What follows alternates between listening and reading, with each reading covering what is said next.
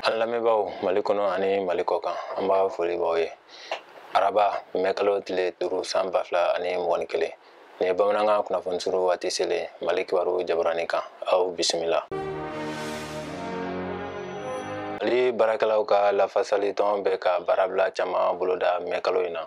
Mali baarakɛlaw ka lafasali tɔn yɛndɛm b'a fɛ ka baarabila kɛ jamana fan bɛɛ ka daminɛ mɛkalo tile 17 ka se a tile 21 ma san 2021 ani ka daminɛ a tile 24 ka se a tile 28 ma.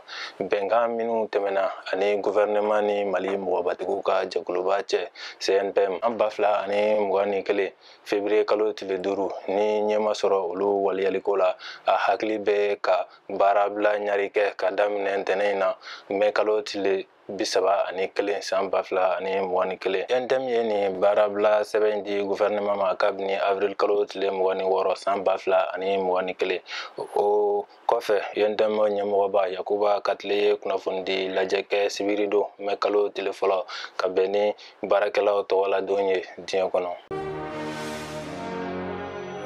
Salifu Sanogo kɛra jamanakuntigiso kunnafoni ko ɲɛmɔgɔba ye. ORTM ɲɛmɔgɔ kɔrɔ Salifu Sanogo kɛra jamanakuntigiso kunnafoni ko jɛkulu ɲɛmɔgɔ kura ye. A bilala mɔgɔ min nɔna ye o ye Alama hinɛlala Adamu Cam ye. O fatura a kalo damadɔ ye nin ye. Salifu Sanogo ye kunnafoni ko ɲɛdɔnba ngana ye. O kɛra sababu ye k'a lase Mali lasigidenso la lamɛrikɛn jamana na. A kɛra conseiller ye kunnafoni ko nasira la san 7 kuntagala kɔnɔ.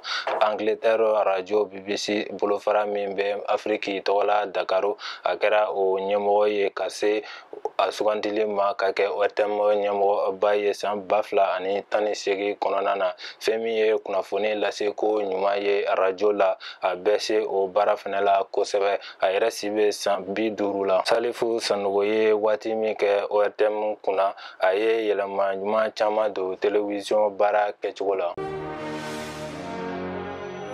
Dɔgɔkun laban tɛmɛnen kɛra sitanɛ ye Mali rapɛrw bolo. Rapɛr 2 kɛlɛla fɔ k'u tɛgɛ se ɲɔgɔn ma n'o ye Mamadu Gasama min bɛ wele Wara Gaspi ani Ibrahima Jakite ni dɔw ko Lefu. Sibiri don mɛkalo tile fɔlɔ san 2021 Gaspi ni Lefu kɛlɛla radio Joliba FM da la. Nin don in na Gaspi tun welelen don jɛmukan dɔ la. U y'o kɛlɛ min kɛ o jaw jɛnsɛra réseaux sociaux kan fan bɛɛ. O de hokumu kɔnɔ Bamako komini 4nan procureur ye y'a ŋaniya k'u minɛ k'u don kaso la sabula k'u bɛ ka dankari kɛ jamana basigi la n'o bɛ wele nazarakan daɲɛsurun na ko trouble à l'ordre public. Ni waati in na min ye Wara Gaspi ye ale kɔni bɛ Bamako kaso bonba la nka Lefu kɔni ɲɛmatunulen don fɔlɔ tɛgɛda ma se ka kɛ o kan fɔlɔ nka hali bi ko min donna ni mɔgɔ 2 ninnu ni ɲɔgɔn cɛ u si da ma se o ma ka lankali mɔgɔ wɛrɛ ye fɔlɔ.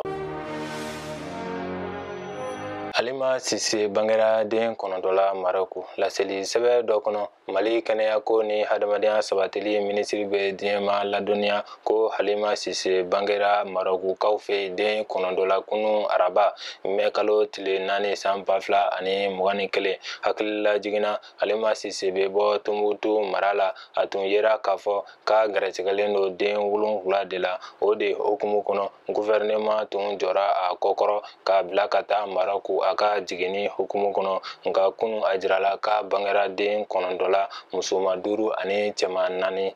Kunnafoniw y'a jira ko denw basi fosi tɛ denw ni u ba la ni waati in na. Nin de bɛ an ka bi kunnafoniw kuncɛ. An b'a fɔ Ala ka sunkalo timi ko ɲuman d'an ma. Aw kan bɛn wagati wɛrɛ la ni kɛnɛ kelen kan.